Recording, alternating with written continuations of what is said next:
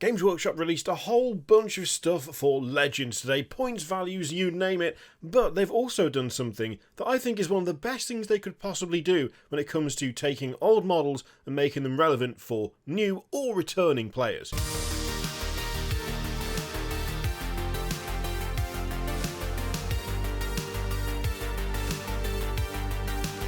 Before we get into things, I just want to say a big welcome to new Patreon and YouTube members Alexander Hickman, Nikki Stevens, Rasmus Eriksson, Chris A, The Eternal Crusader, The Space Bee, James Percival, Forge Father, Rox, John B, My Cat is Typing This, Tonks Truck, Sam Brion, Revelo, Nori, Lugubrious Crumhorn, the best name, I love it, Glacier Alters and Hobbies, and Wayne Catlin. Thank you so much to all of you for joining the Cult of Absolute Nonsense. If you are interested in memberships or Patreon, there are links in the description. It's totally up to you. It's a great way to support the channel during this hellish time of terrible ad revenue, but just watching is also more than enough. It's miraculous you hear it all, frankly, because, I mean, it's me. Anyway, on to the topic at hand, because there's been a lot of talk about Legends recently, especially with the move of so much stuff for Space Marines from actual supported units that are available for competitive into Legends, the fact that almost all the Forge World stuff has just been shifted over and is no longer eligible for competitive play.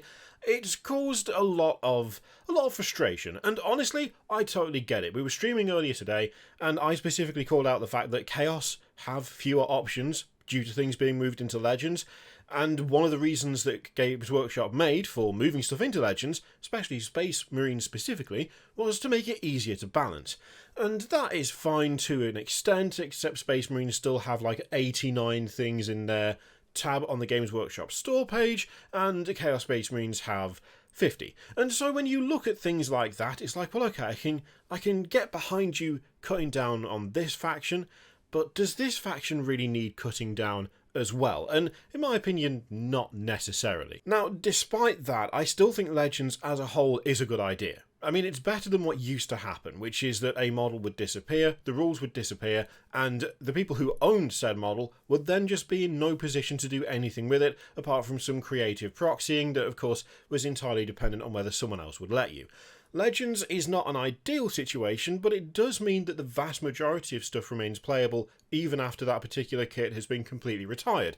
And frankly, I will take that any day over suddenly finding that something you've, poured hours of time into just has no place on the tabletop at all. The no place on the tabletop at all is the bad option. That's the really bad option, and the fact that that is no longer something that Games Workshop seem willing to do is a vast improvement over what could be argued as the bad old days, which also, in terms of how the editions played, could also be seen as the good old days, but you get what I mean. Now, something that they've done with today's Legends drop is they've introduced this, which is a Legendary Proxies Table, and I think this is genuinely a fantastic idea. Obviously, it's not necessarily perfect. There are characters in here that should be way stronger than the datasheet they've been assigned, but then again, this is a situation whereby that character no longer has a datasheet of its own, and this is a really, really good way around it. I genuinely think they've done a good thing here, because what they've done here is simply provide an easily referenced list of characters and units that no longer have their own datasheet and given a viable alternative that you can use to run them on the tabletop. And that, I think, is such a good idea. It is such a good idea for new players, for returning players, for people who haven't touched this game in a while. If they come back and find, well, I don't have a datasheet of this guy anymore, what's happened to him? Being able to just go here, find a datasheet to use, and for that to be something that you can then take to other people. Like this, when it comes to playing with friends, you could well run a character as just a different character, and I'm sure they'd be fine with it. When it comes to pick-up games with other people, though, people that you don't know, people perhaps that you've organised a game with that you've not played before, if you want everyone to be perfectly clear and perfectly kind of in sync in what each thing is, even when you're using models that don't have a datasheet of their own, this list is a great idea. Something that we talk about a fair bit is how easy it is to pick up and play something. How accessible is it? How much sense does it make to someone who is either returning or is only just learning to play the game? And things like this list, an official proxies list where it clearly shows what the name of the unit is, what the datasheet is that you should use for it, and what index/codex/legends file you should go to is from. That is a really, really good move. It simplifies everything across the board. It takes away the conversation if the conversation needed to be had. If you're playing with people who you've played with for years, it's not going to matter because you will already have, something worked out with that person, no doubt. But when it comes to pickup games, when it comes to introducing someone who's maybe ended up with a character from like an eBay lot, or has been a gift from a friend, or has somehow purchased it, and then find that they don't know where to go or what to do with it, again, the fact that you just have this easily accessible list that just tells you every single time, this is what it is, this is what it counts as, this is where you can find the rules, it's perfect. It's a really, really good idea, and I'm genuinely glad that they've gone to the effort of doing it, because they could well have not bothered. They could have just gone, well, just proxy it as whatever.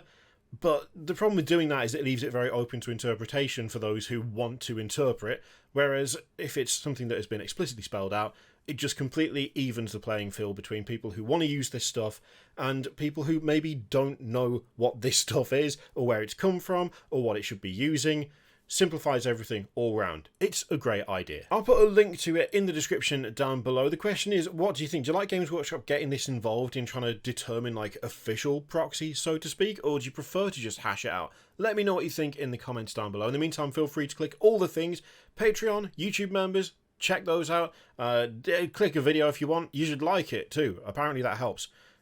I mean, I've always known that. I just don't like asking for it. And also, there's an affiliate link for Element Games. You see, I don't mind suggesting that one, because if you use that, it means you've bought paint, or models, or scenery, or, just hobby supplies. You get something for that. So, for some reason, that's never bothered me. I don't know why we've decided to go into this at the end of the video, but we have. Thank you very much for watching. I'll see you next time.